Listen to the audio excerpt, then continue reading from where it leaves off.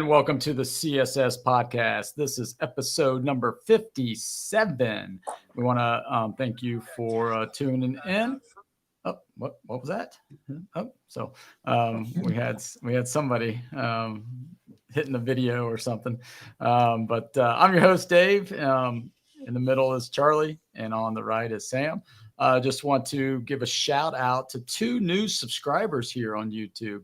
So shout out to those 2. We appreciate you coming on and share with your friends.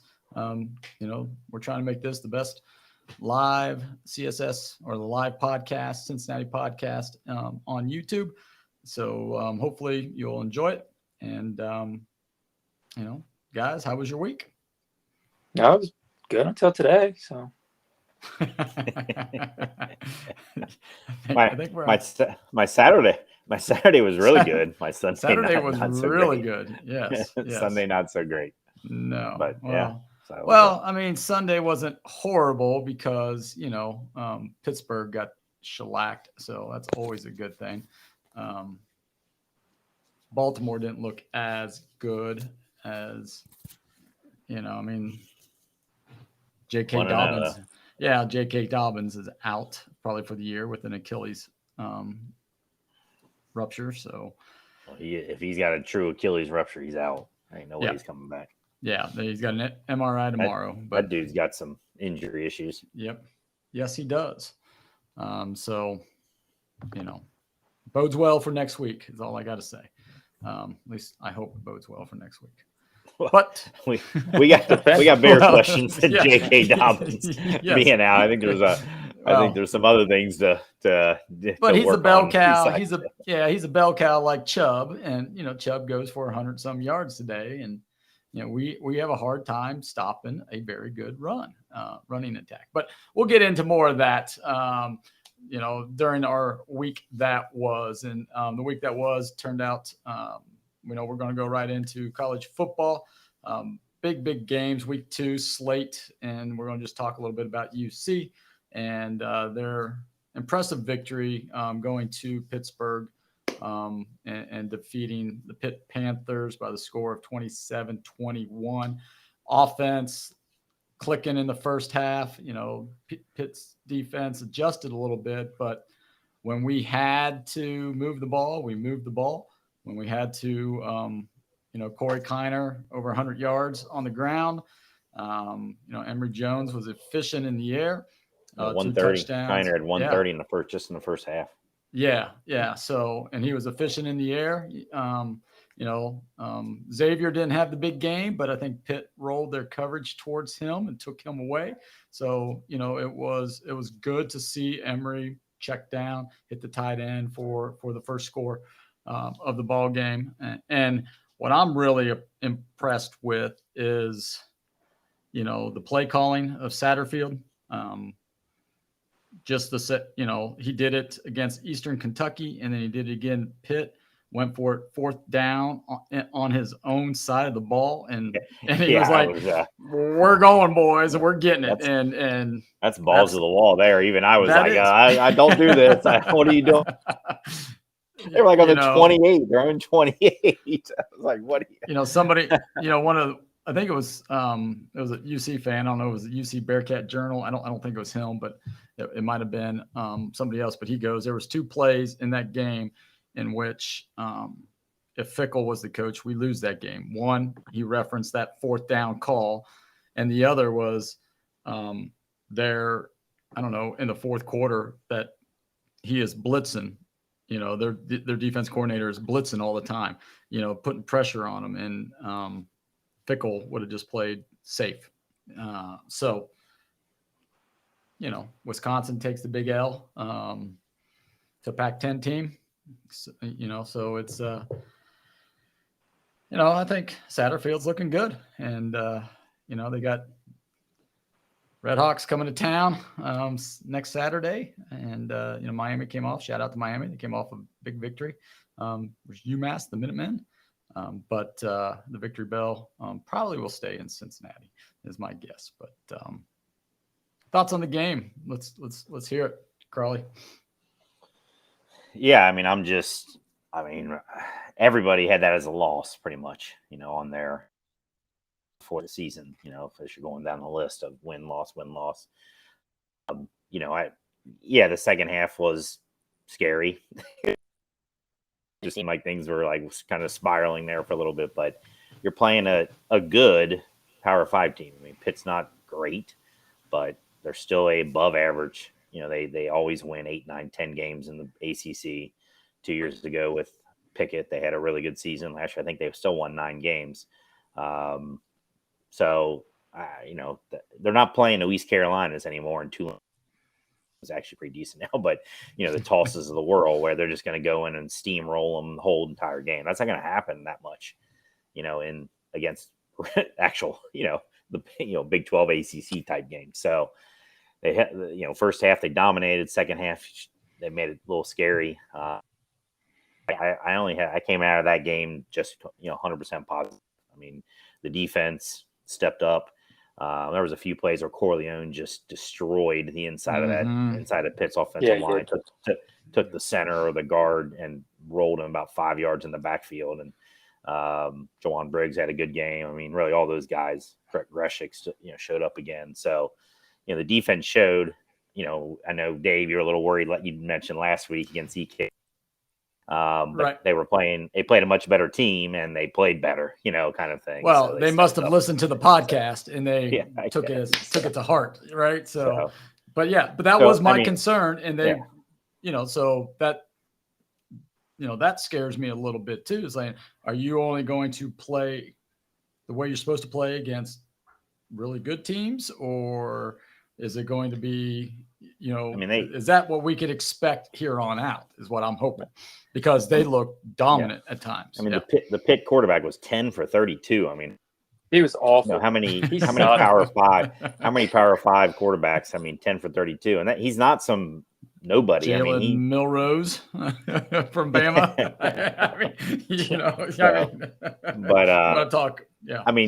I mean, the Pitt offense basically was just him go back and just throw the ball down the field and just hope something would happen. That was literally try and get a penalty.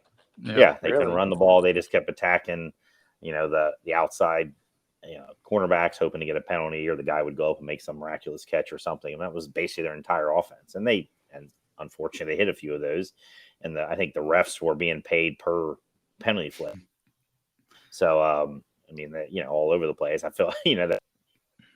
He was the backup cornerback. He had the most up and down day of all. I mean, I think he had 3 pass interferences, but then he had a couple of like great breakups. I mean, the last throws they threw on him, he broke it up. He got his hand in there, ripped it away, and that put it down. I think that was the 3rd down play, and then they had the big sack on 4th down when Pitt went for it on 4th down, and they came in and sacked him. So I walked away from that game without the negative stuff. I mean, I know on Twitter it was a lot of give it away, blah, blah, blah. Yeah, but you're playing against Power 5 team. You win on the road. You win the game. You walk away happy. You can figure out all the other. He's a heck of a coach too. So, everybody has had that as a loss. It's a win now. Remember UC was 4.5. Their over/under was 4.5 when the first was posted. There ain't no way, So I mean, I think it might be the first one. I think 8 wins. I think 8 wins is very legitimate at this point. Very legitimate. Yeah. So I think we go. Miami, sure. I mean, they should win. I would not be surprised if they beat Oklahoma. I would not put money on UC winning, but I would not be surprised if they beat Oklahoma. Yeah, I think they're playing way above what we anticipated. Yep. Sam, thoughts? Yeah, my main takeaway was the defense. I thought the defense was exceptional. I mean, Pitt had 2 drives in the second half where they scored touchdowns, but outside of that, I mean, they were dominant the whole day. And I mean, to be honest, those 2 touchdowns were like the only 2 drives where their quarterback completed a pass. So, I mean, you take that away, and I mean, they only gave up 7 because I think they gave up 7 in the first half. But, I mean, the offense was, not as explosive, but that was to be expected. I didn't think that they were going to put up 60-some points like they did against EKU. But Emory Jones, the yards weren't there, but he was still efficient. Mm-hmm. I think, close to 60% pass completion or completion percentage. The run game was just as good. I mean, Kiner was breaking off runs left and right, it seemed like. I think he's kind of established himself here with Satterfield as the number one back. I think there were times last year with Fickle where he didn't really get that opportunity. But I think he's probably your clear number one going forward.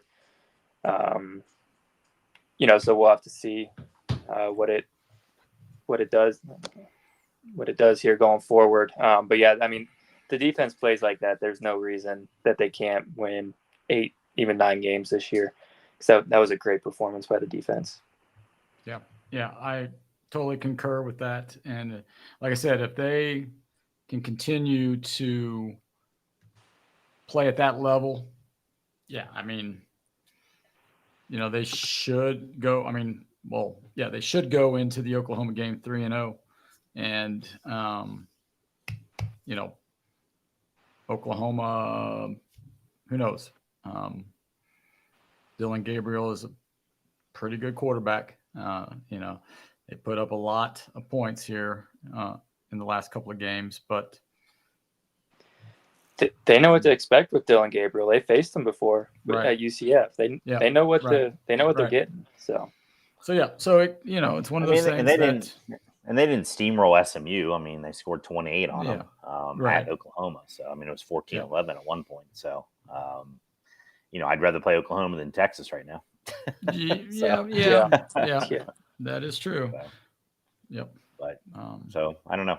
I just definitely it's just been better than anticipated. And did you see Eastern Kentucky played Kentucky tough? I mean, they were in it at the very end. So they did. They did not. They were up in the second quarter. So EKU's definitely not that bad of a team, and that's what everybody said they weren't. And UC literally took them to the woodshed. So and that could. I think that was another good sign. In-state rivalry game too, right? EKU little brother, Kentucky big brother.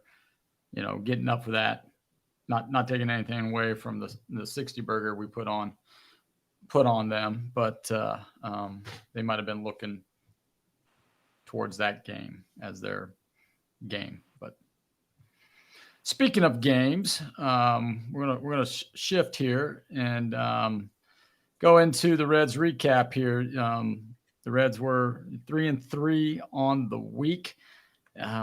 Took 2 out of 3 from the Mariners, and we were riding high going into the Cardinals series, and hoping that the Cardinals would be the Cardinals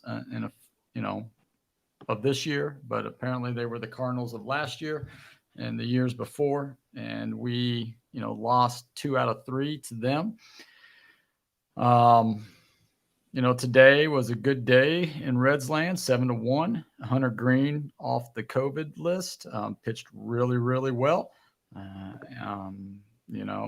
We hit the Cardinals, so good job by Green in the bullpen.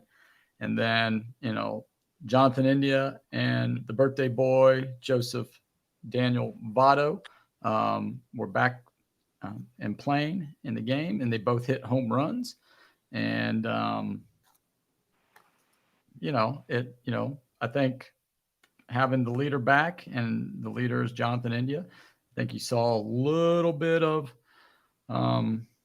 energy, a little more energy today than you did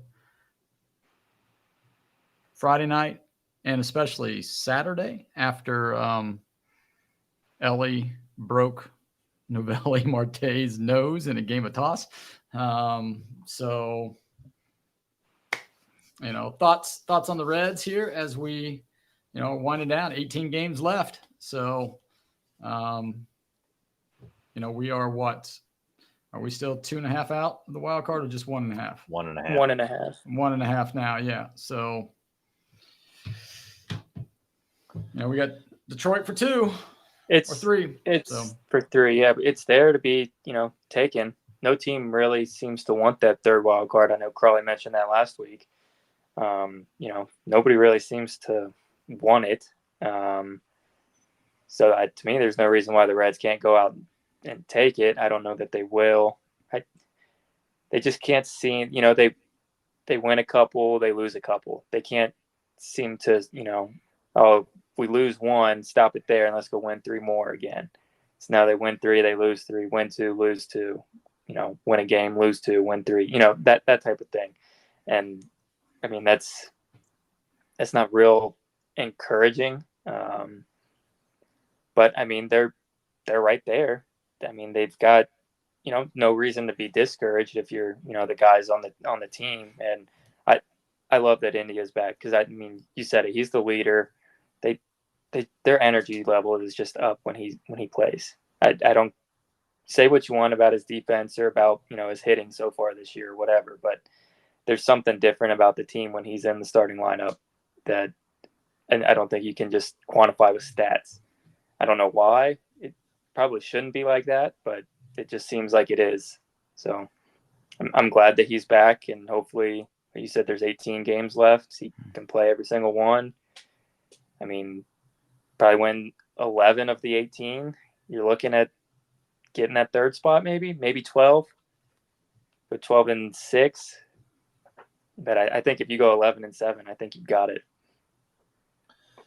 Yeah, I would agree. I think it's all, I don't think any of the teams in the running are good enough to run some, 6-7 game streak. I know the Marlins had, I think, a 6-gamer recent, but I think that, that was their one shot right there. So I think Marlins, Giants, Reds, and Diamondbacks are all going to, if any of those teams runs 11-7 run, I think they're the team. So it's, I think it's really more up to the Reds. I think if the Reds run that, there is not another team that's going to go 13-6 or something and take it themselves. So it's good, with India, Votto, and Greenback. I think Williamson, I guess, should be coming back soon. He's supposed to start Tuesday, is what the plan is. I would expect him to be back. So that's, at least they're getting their guys back, and we can't just say, well, what would have happened with, if these guys wouldn't have been injured and blah, blah, blah. And with Marte, I guess, did they put him on the IL, or is he? No, he's probably going to play based on. I didn't see who they got rid of, or who they sent down or whatever with the new guys today. They sent the Lopez down. So after he got ejected, you got ejected. The only one at bat. The first time in Reds history that a player not on the 40-man gets ejected from the game. So that's a little trivia right there. So he was also the first Reds player to be ejected from a game this year. Yes, only Bell had been ejected. Right, Bell seven times. Well, but which it's justifiably so, especially this last one. I mean, he was brutal. Yeah, and, not to put my tinfoil hat on, but. People were looking at his Facebook page. I was just going to mention that. Of himself at Busch Stadium. So, say what you want, and I'm going to say he was cheating. So, the robot wouldn't do that. So, nope, the robot wouldn't. But it's up to the Reds at this point. And they're just the youth, whatever you want to call it, whatever the issues are. It is a factor when they got these young and down at this point. 145 games in the season, haven't ever played that much in a season. They also just, they got Hunter Green. That'd be great if he's that guy. And I think next year, I was hoping it would happen this year, but maybe it would happen next year. But they don't have that stopper still. They don't have that starting pitcher stopper. Time's gonna go 6-7 innings, give up 2 or less runs. You're probably gonna win 8 out of their 10 starts, if not even better. We just don't have that guy right now. That was his 3rd victory of the year. Yeah. So until hopefully he's that guy, or Lodolo, or whoever it's going to be moving forward. But that's that's an issue right now. Yep. We just don't. We got guys who are good starters, and they'll throw. Abbott right now, he pitched well last time, but over the last 5 or 6 starts, he's been like a complete yo-yo. So So it's just true. The nature of the Reds right now. And, I worry the Diamondbacks, because the Diamondbacks do have those starters. I mean, that is the one thing they definitely have an advantage of over the Giants, over the other teams. Heck, they got really 2 of them, but Guyan is pitching like a Gallon, or however you say it, was pitching like a top of the line, superstar starter. So, we just don't have that guy. if I agree, Sam, 11-7, I think you win it. But we'll see. Well, here's a little tidbit information here for all you Bell haters out there. If the Reds finish, see, they are 74 now. They've got 74 victories. And 71. Yeah. So if they win 9 more games, right? So if they go 9-9, 500, Bell is on pace for his 3rd winning season. He'd have 3 winning seasons in 5 years, right? If that happens, the last Reds manager to do that after managing 5 or more full seasons was Sparky Anderson. So you think about, the history of the Reds, and, only Sparky Anderson has had winning seasons in more, 3 or more of the first of 5 seasons as a manager for the Reds. Dusty Baker didn't. Nick, Brian Price sure in the heck didn't. But Tony Perez didn't get a chance to. Yeah. I mean, Davey Johnson didn't, right? Jack McKeon Davey Johnson didn't. maybe would have if. Well, yeah, that's what I'm Mark saying. Didn't run him out of town, so. Right, but I'm just saying but David Bell, for some reason, I don't know, but he could. So for all those Bell haters who are saying that, we'll fold down the stretch. Yeah, sure. One of them was like a 32-28 COVID year. It counts. The other one was an. It wasn't even that. I think it was 31-29 the COVID year. Yeah. Winning record doesn't matter. Well, and then the 2 years ago or 3 years ago, they were underachieved. They were good. Yeah, they were. 10, 12 games over, and then they just fell apart.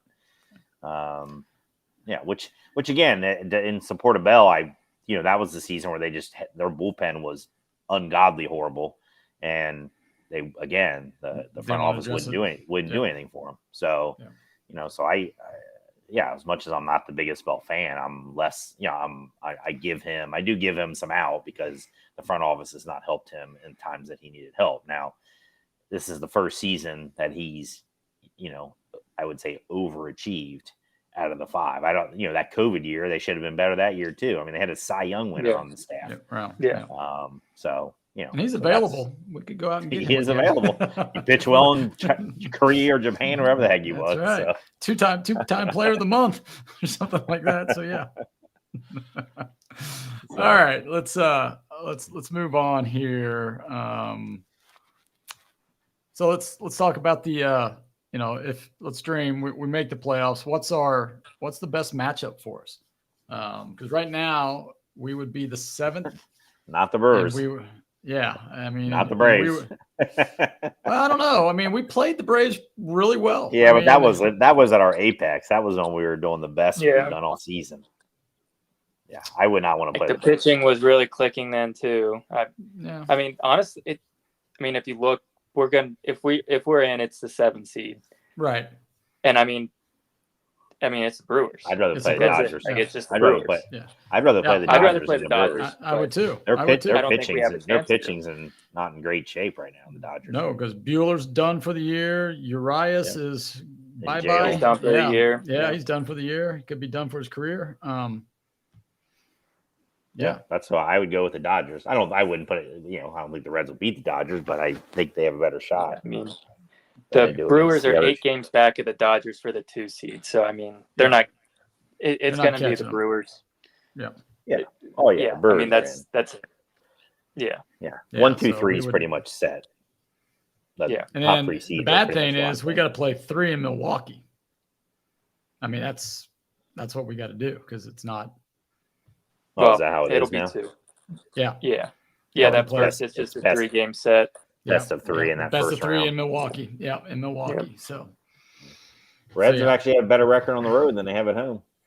Yeah, but not in Milwaukee. Well, they don't have a good record either place. I mean, no, they don't. They're no worse in Milwaukee than they were here. So So yeah, I would say, that question, Dodgers to me, but it would be Milwaukee if for the 7th seed, which pretty much is, I would guess. How far the Cubs ahead now at this point? Cubs 3-4 are games, 3.5 ahead. Yeah, we're not catching them. We're not catching the Cubs. So. No. So yeah, so it's pretty locked in. Whoever the 7th seed's going to be, they'll play the Brewers.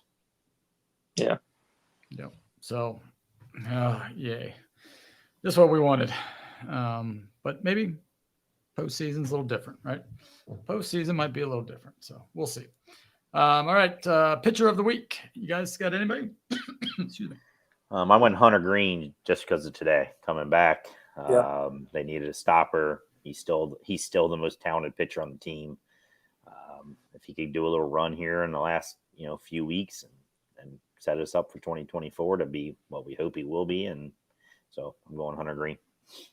I think that's a unanimous, right? Yep. Hitter of the week. I'll let Sam go. No, I haven't.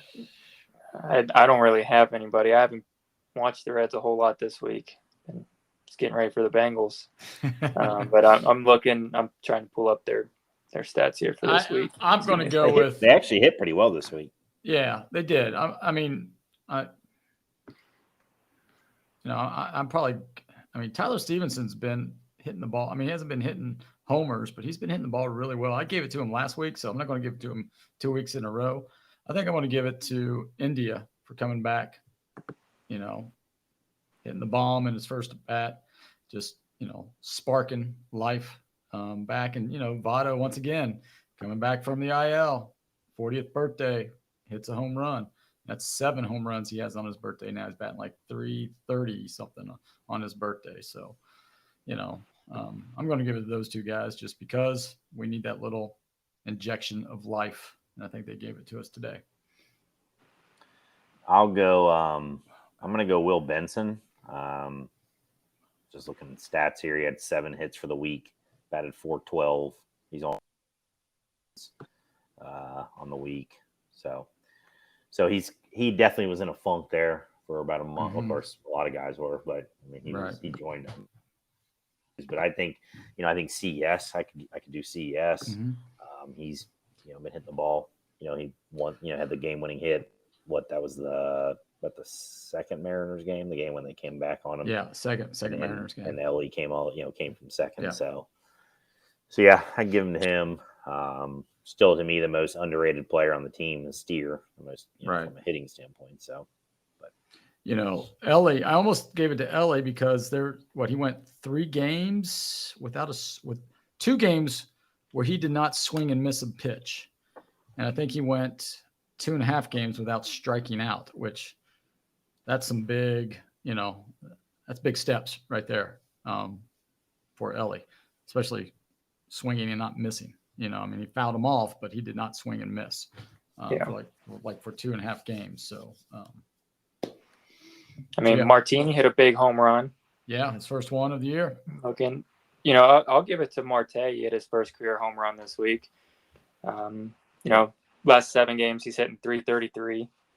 So that'll, that's pretty good. I'll give mine to Marte just for getting that, milestone first career homer out of the way. I know like TJ Friedel, gets a triple today, a double here, but how many times is he going to ground out to the second baseman? Every time he gets out. Oh my gosh. He grounds out to the second baseman. I would like to see a stat how many times it's, 4-3 on the scorecard, because that guy, I love him, but man, hit it somewhere else. If you're going to get out, man. But I don't know. That's just something that's odd because somebody said that last week to me, and I've been watching or listening, and it seems like every time ground ball to second, and he did it 4 times this weekend. So, oh well, that's just my 2 cents there. My rant for the week. Worst performers of the week. And I think they've already been set down. Bengals. You mean? Oh, yeah. You mean yeah. Still, we're still talking Reds. Yeah, we're still talking Reds. Sorry. We're talking about demotion or something. Okay, we're getting there. We're getting there. So save it. Save the ammunition. We don't want your blood pressure to spike just quite yet. Oh, it's not. No, it's all good. That's your son. I have a feeling. So, and I'm not talking about Ben. So, yeah, I don't know who. I mean. Hergon is gone again, so barely even knew he was here. So right. Lopez, all those guys. So but out of the Senzel had some nice at bats for crushing left-handed pitchers since he's been called back up. Just as long as they keep Newman away, I'd be okay. Because I assume he's okay now. He's he's down in AAA. He started a couple of games. I think it's now away. You're not coming back or whatever. Yeah, so just stay away. Legumina. Yeah. So, all right, let's move on to the pain. I'm looking for amount of times Friedel's grounded out to second. I haven't done anything yet. I'll let you know if I do. All right. But we'll move on to the agony of defeat today. The Stinkinata Bengals. Yes, I will refer to that as my dad did for so many years because I might have to make an adjustment to my prediction that I was like, nope, we're gonna buck the trend that we've set the last 2 years of having bad first weeks.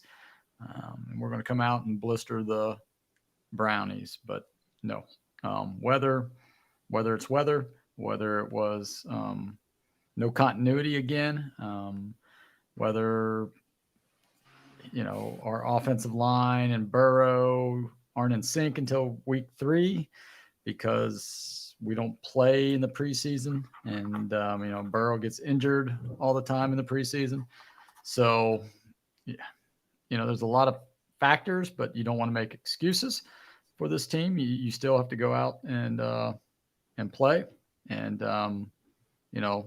beat the team in front of you.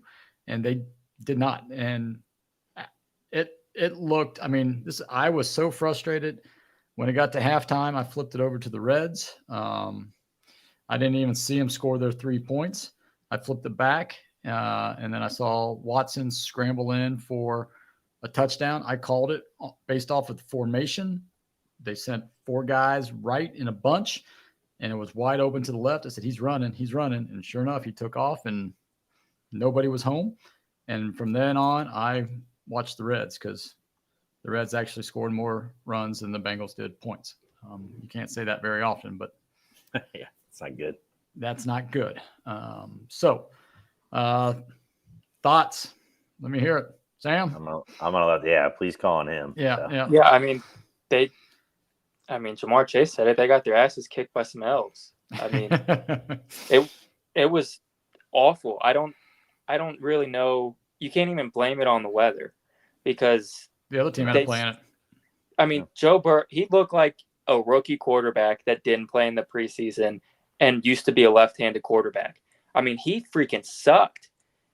I get that it was raining, but he had 60 some yards. That's crazy. I don't know how an NFL quarterback, who's now the highest paid quarterback in the NFL, has 64 yards on a game. With those wide receivers, the Browns got some pressure, but it wasn't. They weren't in his face all game. Mm-mm. So it's the combination of the timing, just not being around. And I'm getting sick and tired of him not being around and us getting off to these slow starts solely because of him. Not because of anybody else. Everybody else is available and can at the very least practice if Zach Taylor's not going to play him. But he can't for whatever reason. He's always injured during training camp. You got to figure that out. Because one was the appendicitis. That happens. Okay, yeah, but it's still. Yeah, I know. Still, and then this game was even worse than last year. At least last year, he figured it out in the second half. Yeah. For crying out loud, it's Cleveland. It's Cleveland. And Land. The defense, I thought, played fine until then they realized after McPherson missed that field goal, they were like, "There's no freaking point." Yeah, like the offense can't do anything. So we know Cleveland's just going to run the ball every single play from here on out, and we just don't want to deal with it. Mm-hmm. And that's where Cleveland got most of their rushing yards was after that. I don't know that Zach Taylor after that first drive should have just abandoned the game plan and said we're just running the ball 75% of the time because we can't throw it. Yeah. Whether it's the weather or Joe's, timing or whatever you want to say, it was awful. And I mean, and then McPherson is missing a kick. I mean, like, come on, like, just terrible. Yeah, it was interesting to me when you have last year against the Steelers, didn't Burrow have 5 turnovers in the Steelers 5 game? turnovers. Yeah, it's pretty tough. It's pretty bad to say. You played worse today when you had 0 turnovers than you did in a 5 turnover game last year. I mean, that's not that's crazy to think that, but that was it. I mean, that was as bad as you can play in an NFL as a quarterback in an NFL football game. For whatever reason it was. That was as bad as you can be. I mean, every time he went back, it was like, we're not completing this, or it's going to be a dink and a dunk, or whatever. So whether it's something there are people all over, theorizing that he's obviously got something wrong with him still, that calf is still an issue. And because he never ran, he had a few times when he could have run for 5, 6, 7, 8 yards. Yeah. And he just never took off. So, maybe, I'm definitely not an excuse maker for $275 million athletes. So I'm going to give him a little bit. Hopefully that's the out for this week, and he can get himself together, because Baltimore ain't going to be any easier next week. Putting pin in there. No, they're coming for vengeance. They're coming. So I said even before we got on the podcast, I really don't have that much to say. Like it was just awful. It was just so. Yeah, what I took away from it was our offense wasn't prepared. I mean,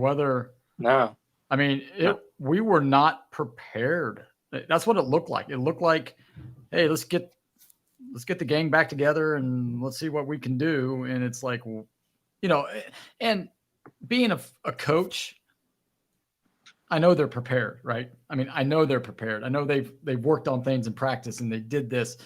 And that's, as a coach, we all were coaches, and that's one of the frustrating things when you hear, well, what do they practice? Don't they do anything in practice? And it's like, no, we know they do that, but it just looked like, and even the commentators made that where it's like, okay, you have a illegal formation.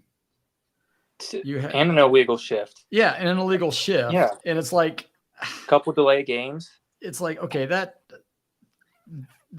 to me is like, okay, they're not in sync. They're not prepared. And our play calling was atrocious today. I mean, I was so mad the first 2 series that, they didn't even run the ball. And it's like, run the dang ball. And then they handed to Mixon and he goes off 6 yards and 4 yards and 5 yards and 8 yards. And it's like, the ball.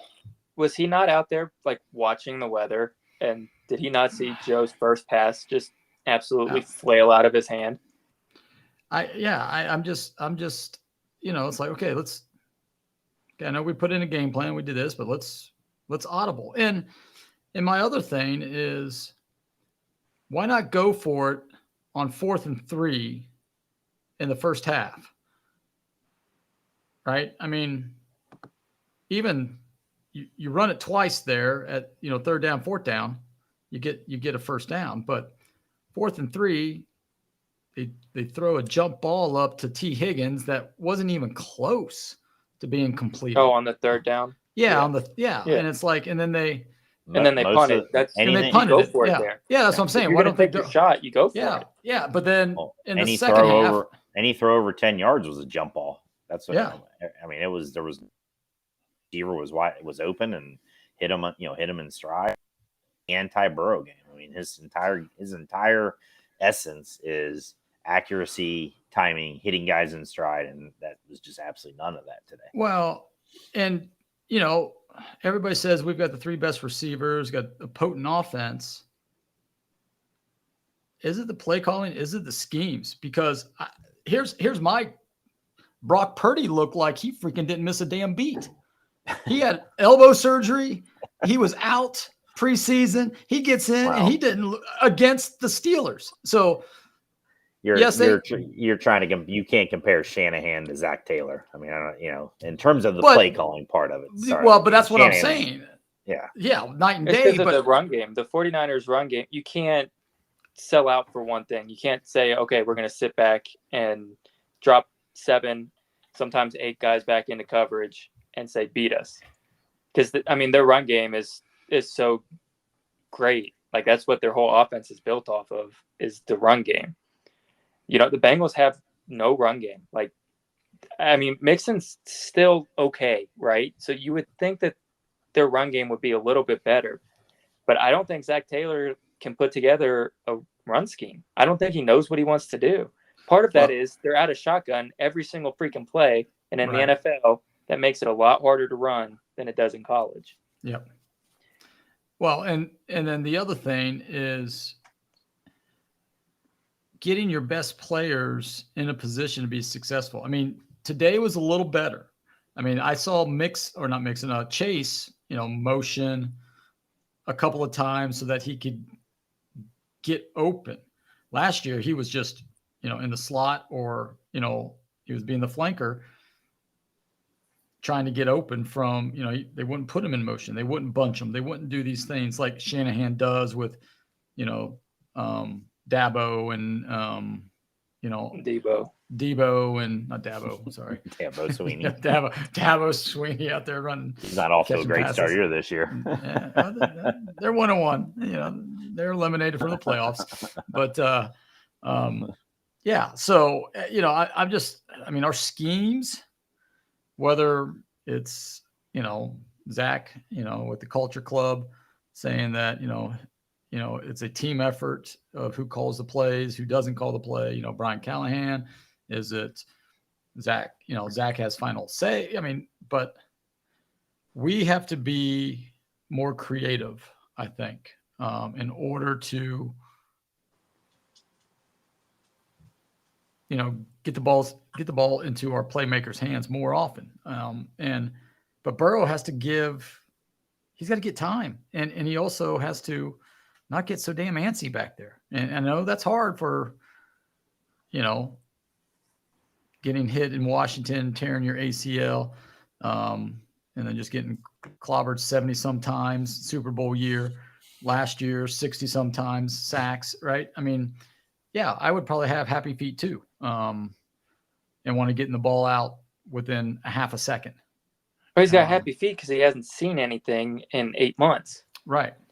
So, again, we've mentioned that so many times that they just go into the season with nothing. In practice, there's rushers in practice, but you're not getting hit. At least if you play in the preseason, there's the threat of getting hit. And he just doesn't have that because he doesn't play in the preseason because he's always hurt. But, I think, there's been other quarterbacks who don't play in the preseason and they come out and they do okay.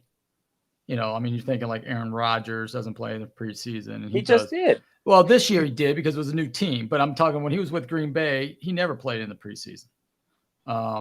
Even in his 3rd and 4th year?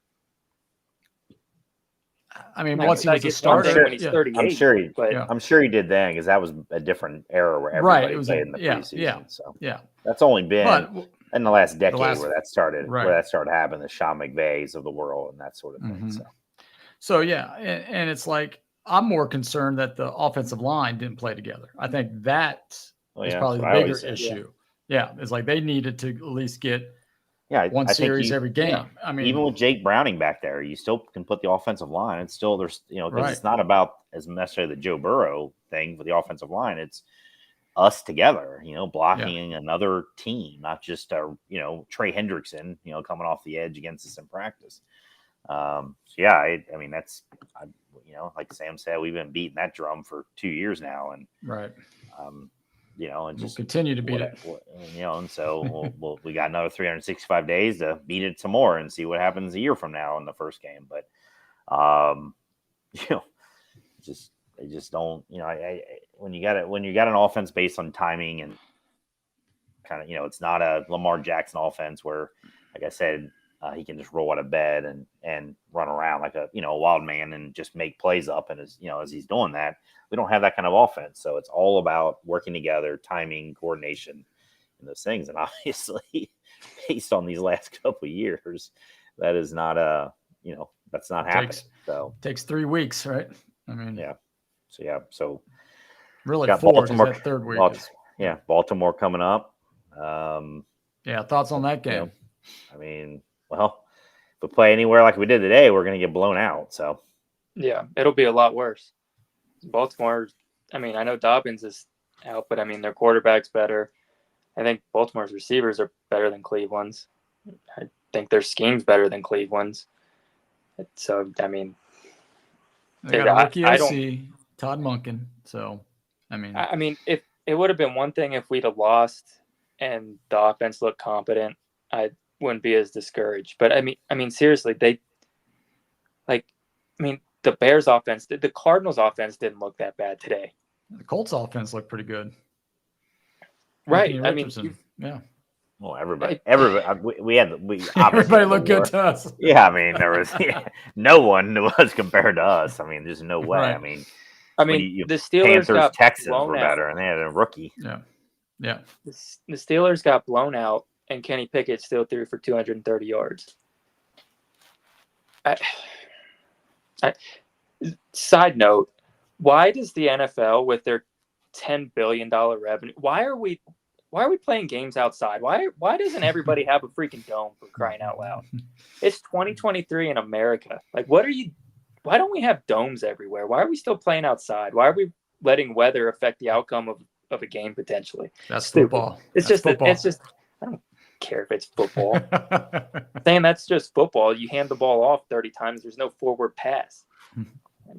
That's football. The NFL won't pay for those stadiums, so that's up to the locals. Yeah, well, the NFL can make a rule that if you're getting a new stadium, you're putting a roof on it. Not that hard. Not that hard to say that. Well, no, it's not that hard, but it's $10 more million or $30 more million for it. So more than $10 million. Yeah.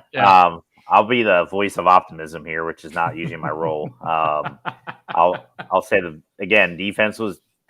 defense should go into the locker room and just beat the hell out of some of them offensive players, just for shits and giggles, because they didn't have Jonah Williams should be enemy number one. I said that while I was at the neighbor's house in the game, and Jonah Williams got, as I said, mark the tape last week.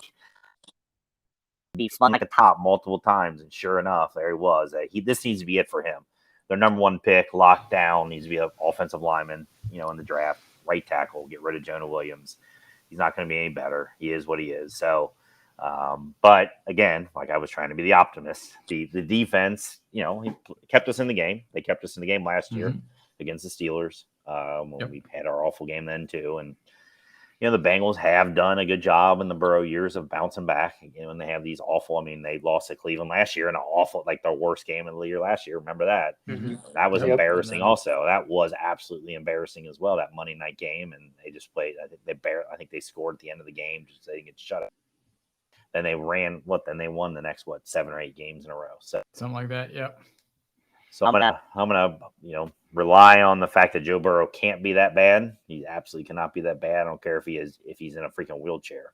Better than that.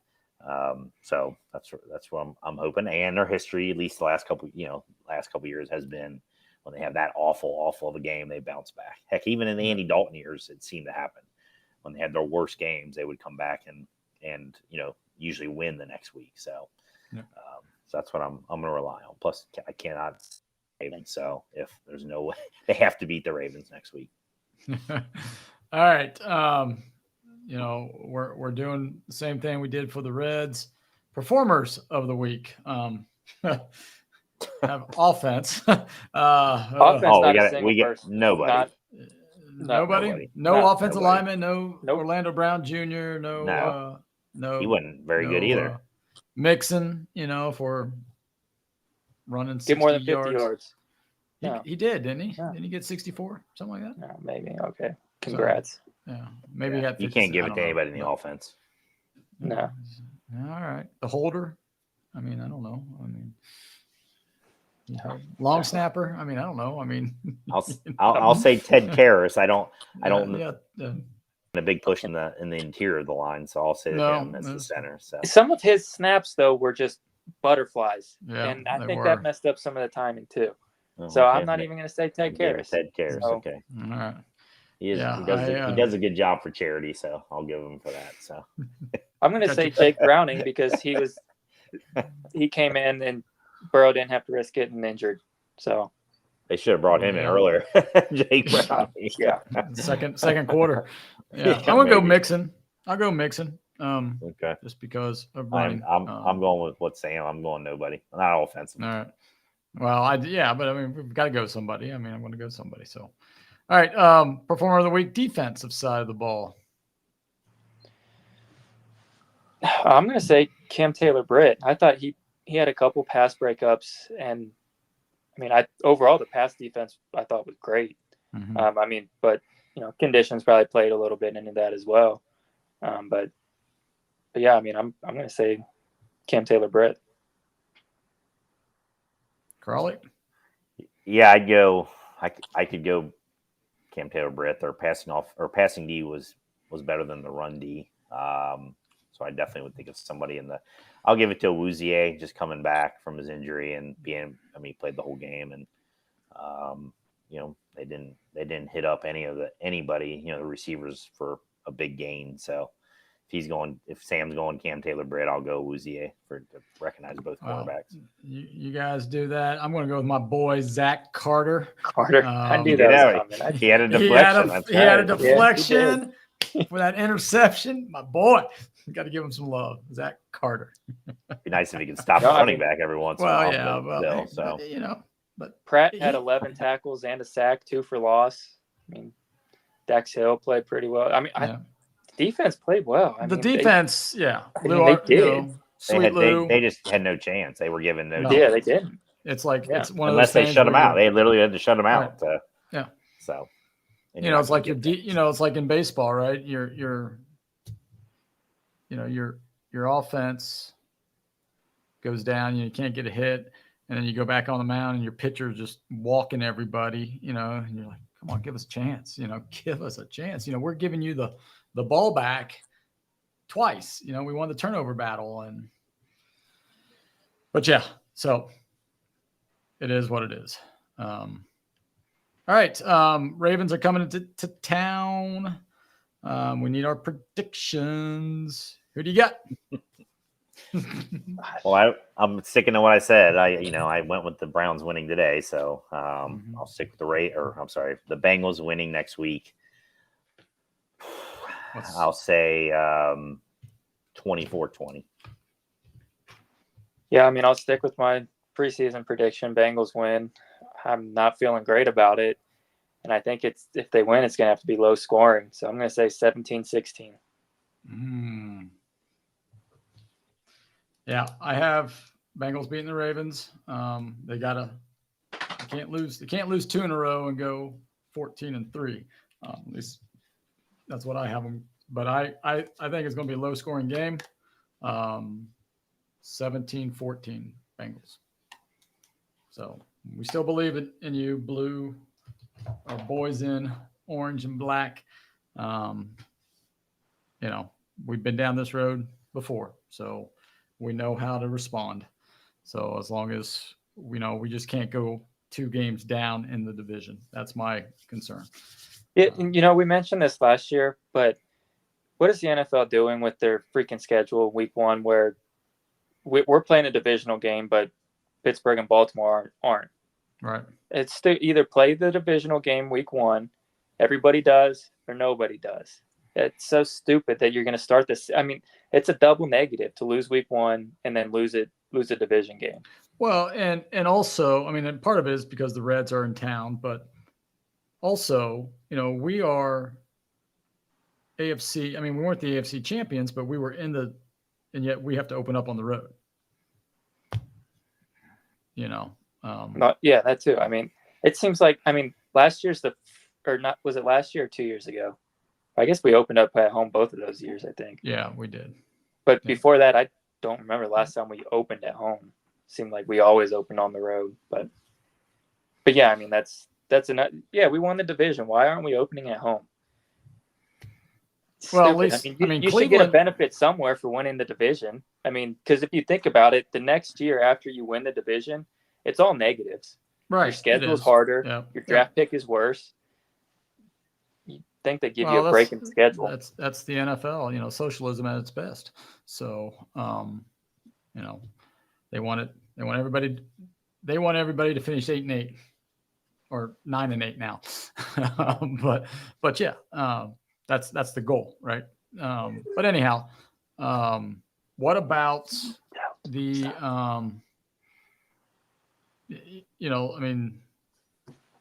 the Browns? I mean, their defense is good. I mean, we got to give them. I mean, their defense is their defense really good.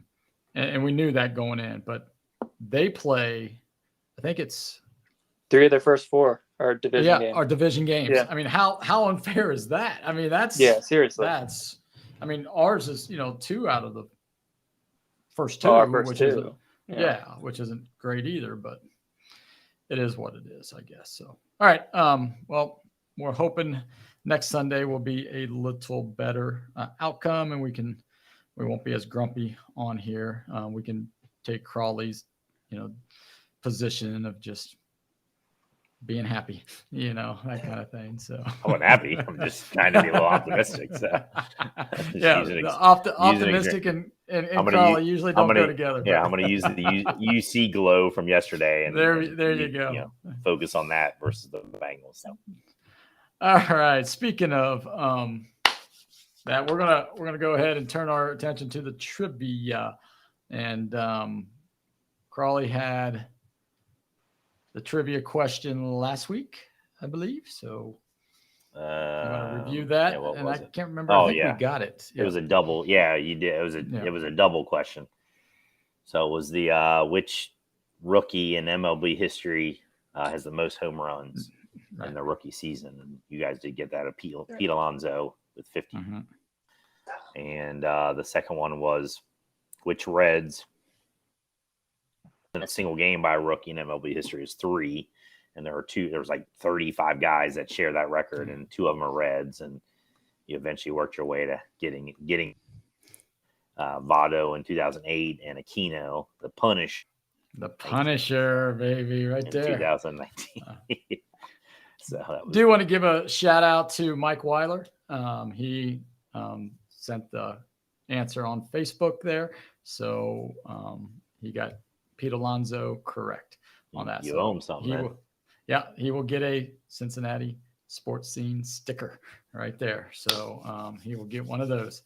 So shout out to Mike. And if you would like to play along, and if you think you know the correct answer, you can go ahead and chime in either at css@yahoo.com, or we're live on YouTube. You can put it in the chat, or you can direct message us either on Facebook or Instagram, and just look for the Cincy Sports Scene labeled there. So I have the trivia question this week. It's a doozy here. See if you guys can get it. Oh God.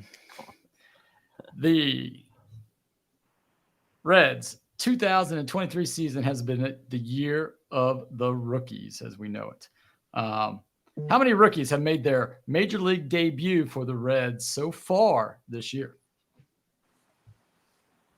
Goodness.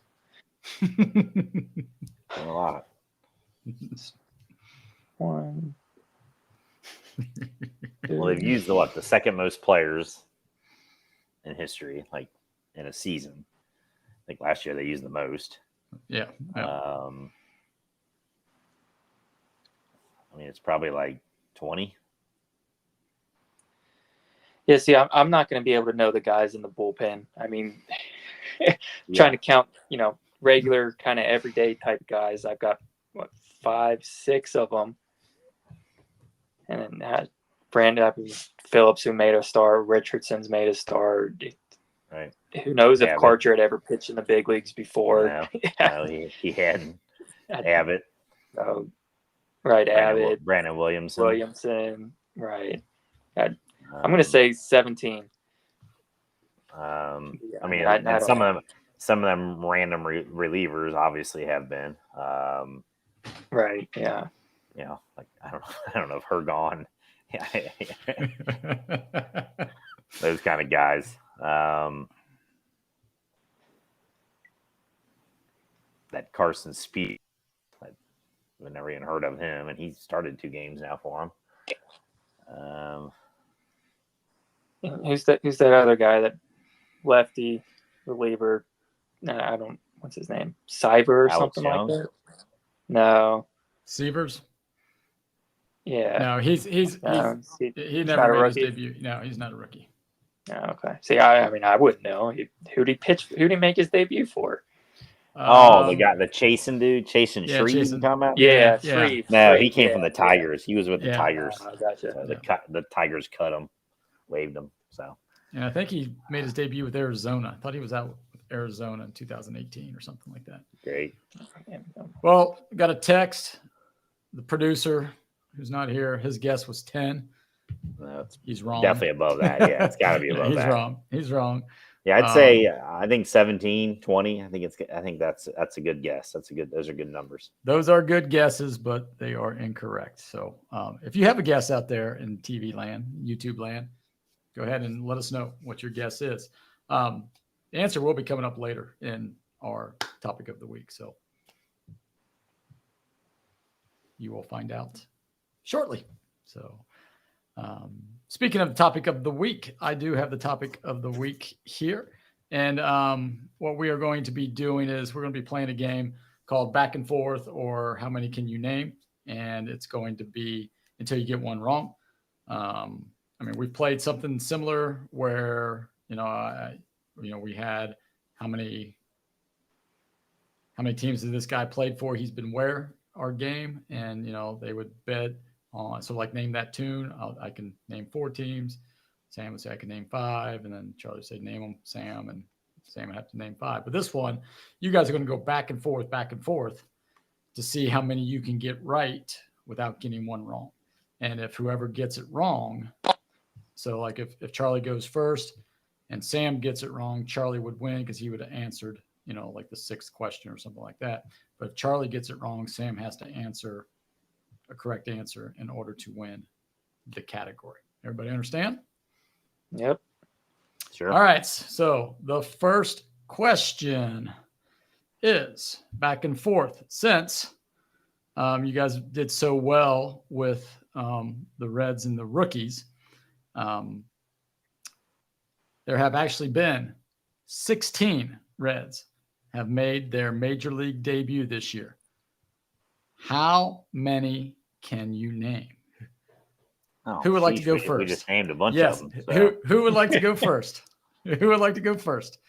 Just so you're just going to take turns back and forth. Carly, you can go first. I'll let you go first. All right. So we're not having to predict we're not. No. You just So basically, like say if you answer 3 correct, so, Sam has to answers 3. Yeah, you just keep. But I'm just doing one. We're just doing one at a time. Right? You're just doing one at a time. Yep. Okay. Ellie De La Cruz. There's 1. Matt McClain. That's 2. Spencer Steer. That is 3. Andrew Abbott. Andrew. Crawley's wrong. What? Crawley's wrong. Spencer Steer made his debut last year for the Reds. Yeah, but he's still considered a rookie. He didn't have enough. He did not make his debut. Major league debut. That's what it is? Yeah, that was the question. But but Steer is a rookie though.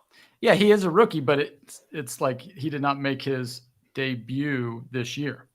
Oh, okay. I just thought we were naming rookies. No, it said 16 Reds. Let's start again. All right. 16 Reds have made their major league debut this year. Yeah. How many can you name? All right. Okay. So you said Ellie. Well, I lost. It's fine. We can move on. Okay. I just didn't hear that. I just didn't understand the question. I thought we were just naming the rookies. So. Okay. So here, you want to keep going, Sam? Yeah, we can go. I mean, go let's ahead. keep going. Yeah. I mean, Sam gets the point, but yeah. So I said Abbott, so it goes back to Crawley. Yeah. Yeah. So then Brandon Williamson, Connor Phillips. Connor Phillips, correct. Carson Spears, correct. Lyon Richardson, correct. Marte, correct. Ricky Karcher, correct.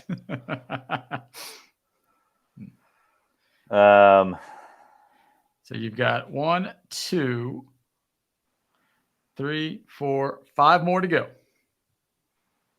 6 more to go. I think 1, 2. Oh, CES. Yeah, CES. So now 5 more.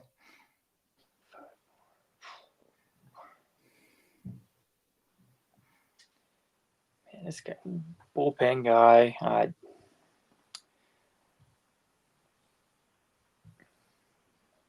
don't know that I could name him. I don't know. I think I'm blanking. Outfielder, maybe. Oh yeah. There's an outfielder. There is an Yeah. outfielder. Yeah. Starting pitcher, I don't think you named yet.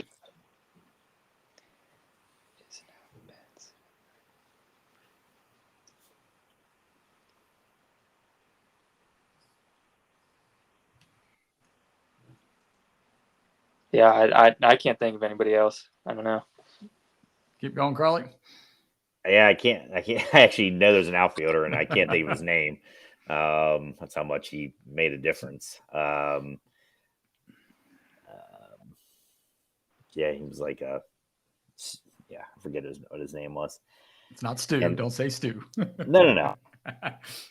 He's not considered even a rookie. So no, he's not. There was a starting pitcher still out there. I think you guys didn't. Yeah, I don't think you guys said him. Let me see. I mean, no. Did Brett Kennedy? Is he a rookie? Is he considered a rookie? No, he pitched. I think he made a debut somewhere along the line because he was not. Michael Marriott, was he a rookie? No. No. Now you guys said Connor Phillips, right? Yeah, we said Sam said okay, so yeah. Michael Marriott pitched in the majors before. God, he's terrible. I think he did. Yeah. Yeah, I remember. Yeah, he did. Yeah, because like 20, like 15 or something like that. Yeah, because it was like the big story of making his coming back. Yeah, I don't. Who are the rest? I don't know. All right, so the outfielder JT Hopkins. JT Hopkins. TJ Hopkins. Oh, TJ. Sorry, TJ Hopkins. JT. Sorry. JT. Oh, Hopkins. Yeah, Hopkins. That was it. Yeah. TJ Hopkins. Eduardo Salazar. Salazar. Oh God, I would have never thought of that. Yeah. Oh, here comes some more. Yeah, these are bullpen guys. Randy Wynn. Remember Randy Wynn? I sure know don't. I do not. I do not. What about a Jake? Yeah. Was Randy Wynn a pitcher? I'm assuming. I don't know. What about a Jake Wong? Oh yeah, Jake Wong. I do remember because Wong was gone. There was a lot. There was a lot of gonging of the Wong when he pitched. Yeah. Because he was another one who came in. They pulled him up and he like a 6.5 ERA at AAA. Yeah. And Mr. Blue Jeans himself, Levi Strout. Oh, Levi Strauss. Yeah, Strout. Yeah. That's Levi right. Strauss. Hell, he did start a game or two. Yep. So that's your 16. All right. So our next trivia question here, going back and forth. In the history of the Cincinnati Bengals, there have been 32 starting quarterbacks. How many can you name? God. Sam, you can go first. You got the first one. All right, we'll just try and go backwards here. We'll go Burrow. All right. And let me preface this by saying whether they started one game in the NFL for the Bengals, all right? They just had to start one game. One game, at least one game. Yeah, not preseason, regular season. Andy Dalton. All right, that's 2. Ryan Finley. Ryan Finley's 3. Unfortunately. Carson Palmer. Carson Palmer, 4. Ryan Fitzpatrick. Fitzmagic, 5. Ken Anderson. There you go, 6. Get rid of the Kitna. John Kitna. John Kitna, 7. Boomer. 8. Akili Smith. 9. Jeff Blake. 10. Oh boy. Brandon Allen. There's 11. Start one. Jay Schrader. There you go. There's 12.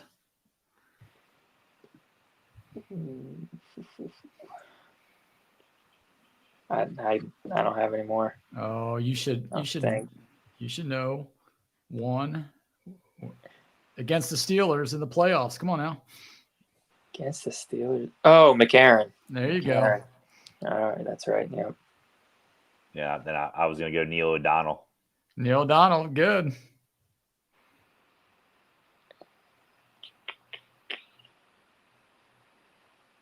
Oh, did Fitzpatrick start all 16 his year?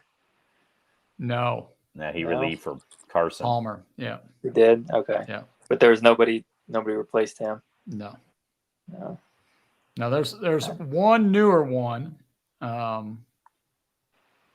He backed up, I guess. I think he backed up Dalton.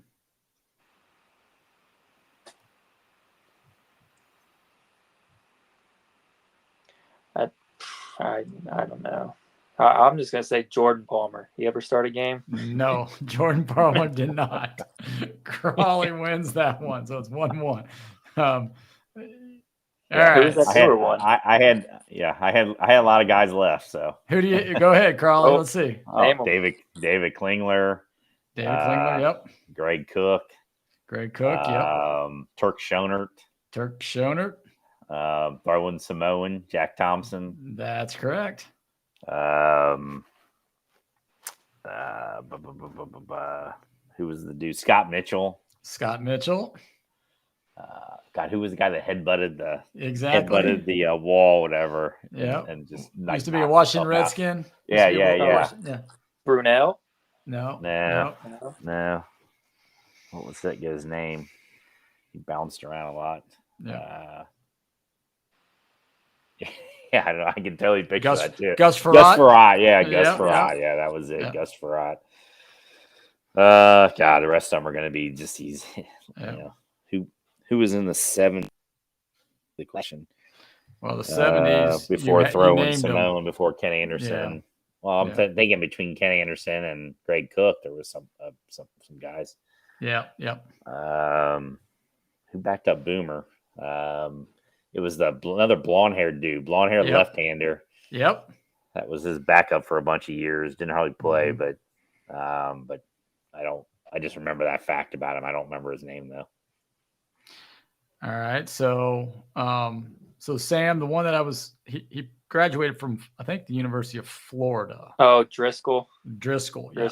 Driscoll. Yes. So I think, Carl, I think you're thinking. What was the guy that started but played for the 49ers in the playoff game last year in the championship? That was like their third quarterback. Yeah, Johnson. He played for the Bengals. Did he ever start a game for the Bengals? No, okay. He never started a game. Because he played for the Bengals. Yeah. There's a Campbell on there? No. Jason Campbell? No. Jason Campbell, yeah. No. He didn't start a game for the Bengals? Nope. Think so. No. Oh, I thought he did. No. He was on the Bengals though, right?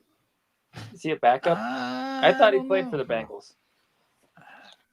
No, I don't remember think he was. All right, so here we go. The list in chronological order. John Stofa. No, yeah. Dewey Warren. Yeah, these are the 70s guys. 68. And then Sam Weish. Come on now. Oh yeah, I should have got that one. I should have got. I would have never got. Yes, you should have got that. Two. Yeah, and then Virgil Carter backed up Greg Cook in between him and Kenny Anderson, and then Wayne Clark and John Reeves were the backups before the throwing Samoan, and then Dave Walter and Adrian Breen backed up Boomer. Along with Donald Hollis. That's the dude. Yes. I think he's the blonde-haired dude. He was a blonde hair guy, but also Eric Wilhelm was. Eric Wilhelm was. He was the blonde-haired left-hander. Yeah, Eric Wilhelm. Donald Hollis was blonde hair. Yeah, but I think he was right-handed. Yeah, but Eric Wilhelm. It was Eric Wilhelm. And then you did not get Paul Justin. Sorry. and I think that was the last one you guys did not get. So. Jason Campbell did play for the Bengals, but he never started. So yeah, it might have been. I don't know which year. Which year did he play? 2014. Oh, that was Dalton year. I think Dalton started all 16 games. Yeah, he was 11 for 19. So, all right, 74 yards. Nice. Okay. Now, the Reds have had a big. Name every starting pitcher for the Reds history. In the Reds history. Almost winning pitcher. No. Well, that'd be short. So. Yes. All right, here we go. So the Reds have had a lot longer season or career, but there's been 62 managers in their history. How many can you name? 62. Crawley, you get to go first. See how many you can name. 62. Out of 62. Here we go. David Bell. David Bell. Ding, ding, ding, ding. Brian Price. There you go. We counting interim managers too? I am going to say yes, because,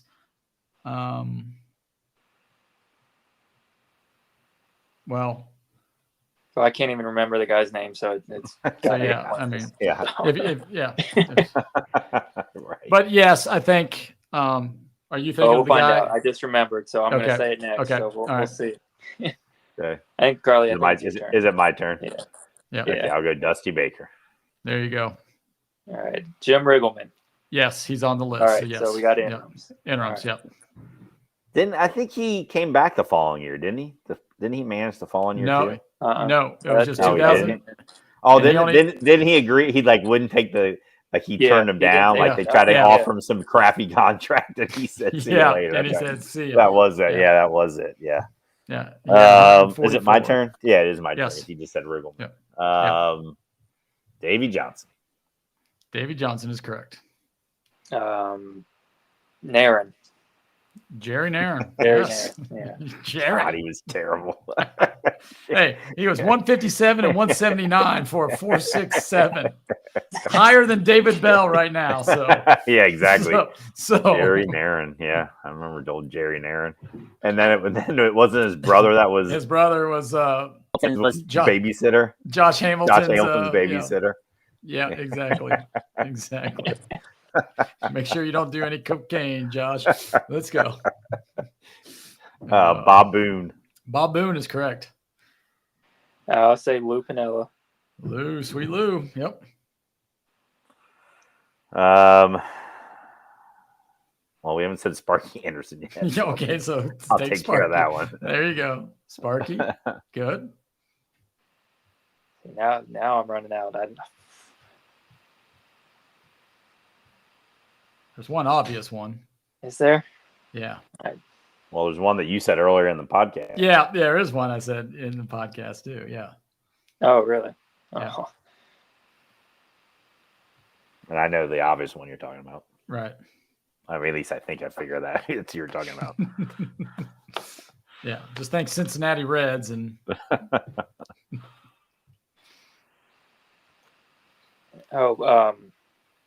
Pete Rose. There you go.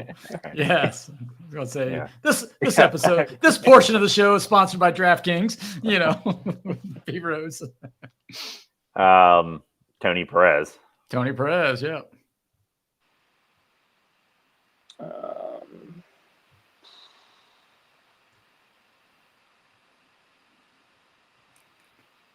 You're missing an interim between Jerry Nairn and Dusty Baker. 80 games. Had a 41 and 39 record. So yeah, I don't know. These are all starting to get before my time now, so I don't know. Yeah. Well, the interim, yeah. Right.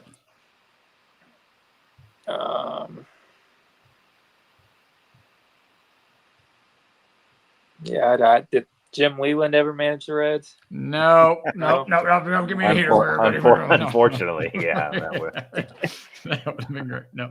All right, so Crawley wins that one.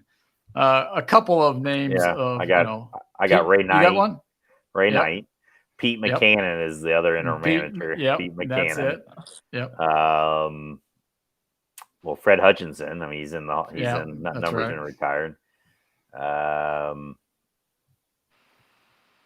who were bad '80s managers? There was like a McNamara. I think some McNamara. Yes, there was a McNamara. John McNamara, 79 to 82. He was 524 and 279. Well, he had that 81 season. He must have been the manager then. So when they had the good year. I mean, he was not five. No, he managed 524 games. So it was 279 to 44. Yeah, the 80s. Tommy Helms, was he the manager? Tommy Helms was interim acting in 88 to 89. He couldn't have had a winning record. Tommy Helms. Tommy Helms was 28 and 36.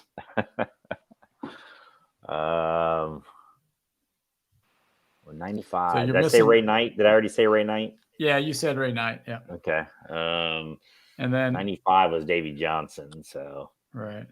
This guy was 97 to 2000. Yeah. Yeah. Who the heck was the manager then? Smoked cigars. Oh yeah, Jack McKeon. Yeah, Jack McKeon. Yeah. And then you're Yeah. missing 2003 to 2005 between Boone and Jerry Nairn. A big whopping 125 to 164 for a. So this was the guy before Dusty. Before Nairn, before Nairn. Before Nairn. Yeah. And then Dusty came after Nairn. Yeah. Well, McKeon. Well, yeah. Wasn't one of them like Dave something? He was like a AAA manager for a long time. Yeah. That's the one between Boone and Nairn. Yeah. I've been trying to think of his name, but it's Dave. Rhymes with Smiley. Dave Miley. Dave Miley, right? Yeah. Dave Miley. Yeah. And then the ones between John McNamara and Pete Rose. One was a long time. I don't know if he was third base coach or bench coach for the Reds during Sparky's time. And then I think the other one was pitching coach for the Reds for a while before he got his 121 games. He was an interim. I don't remember those apparently. guys. Yeah. Russ Nixon. Oh, Russ. I do remember that. Yeah. Russ Nixon. And Vern Rapp. Vern Rapp. Yeah. You said Vern. Yeah, Vern Rapp. Yeah. And then before Sparky was Dave Bristol. And then, I mean, we get into Roger Hornsby. I know. There's just Christy Mathewson. Yeah, there's a bunch of them, but yes. So, yeah, that was a fun one. All right, so it is 2-1. I don't know about that, but. All right. Now we're going to go to the Bengals here. The Bengals do not have the longevity as the Reds, but they have had 10 head coaches in their history. How many can you name? Sam, start with you. We'll start with Zach Taylor. Zach Taylor is correct. That's one. Sam White. Sam White is 2. We'll go back to Marvin Lewis. That's 3. Forrest Gregg. There's 4. Yeah, we'll go Paul Brown. That's 5. Uh-oh.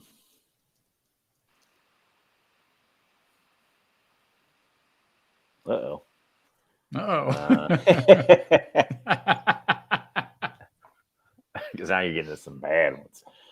You're getting some real bad ones. Dick LeBeau. Dick LeBeau, yes. That's what I was thinking of. I couldn't. Oh, man. Oh, I got another one. Okay, I just thought of somebody. That's 6. Let's Dick see. LeBeau 6.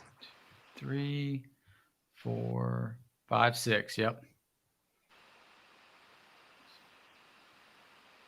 Oh, man. Yep. I don't know. I don't have anybody else. Let me give you a clue. Right. I was going to say, thinking of one right before Dick LeBeau. Yeah, I don't remember who that would have been.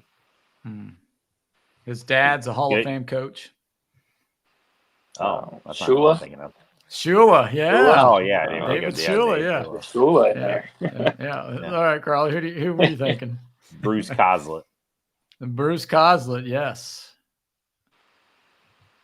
Now we're going way back before. What do we got? Grade. 2 left or 1 left? 2 left.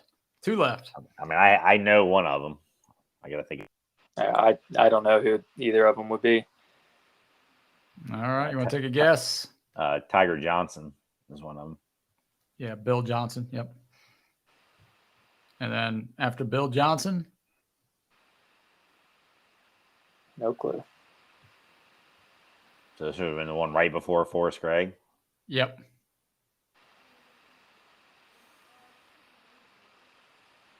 So Bill Walsh was on the staff then? Or was he gone by then? I think he was gone. This guy. Yeah.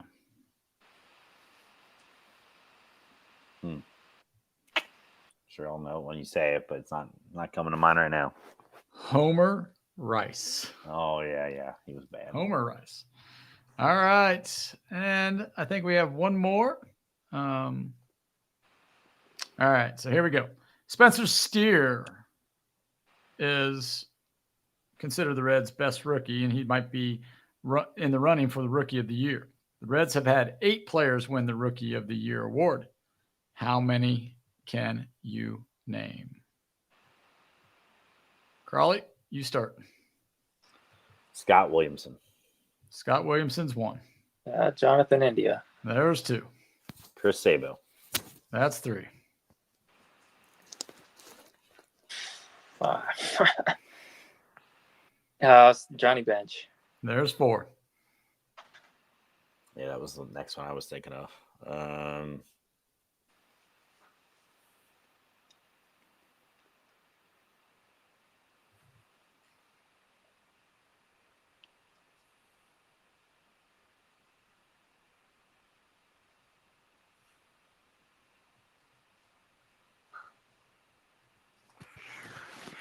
don't know. Pete Rose? I don't know. 5. Did he? Yep. Did he? Okay. Mm-hmm. Yeah. Oh, man.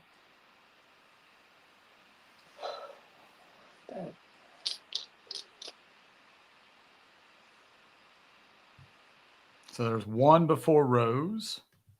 1 before Rose. 1 before Rose. And 1, 2, I guess 2 after Rose. Because you guys got 7 right now. I think you got 1, 2, 3, 4, or 5. You got 5. So, yeah, so there's 3 left. 1 before, 2 after.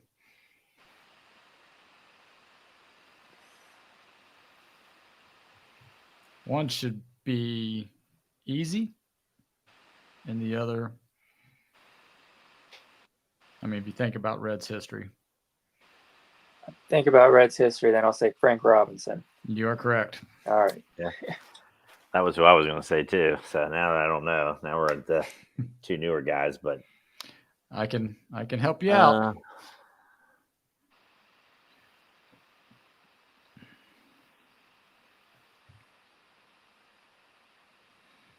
both of these players in different years, obviously, got traded for star players.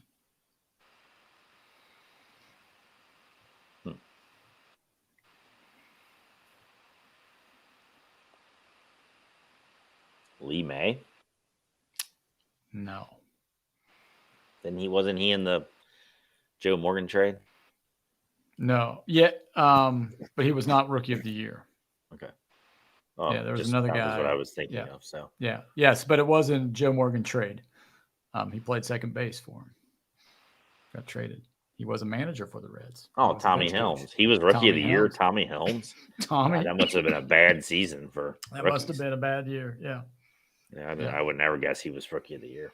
And then the other one was in the trade to bring Tom Seaver from the Mets over. So I wouldn't know. Paul Householder. No idea. No. Wayne Krenchiggy. He was a pitcher. Yeah. I mean, obviously somebody in the late 70s. So right.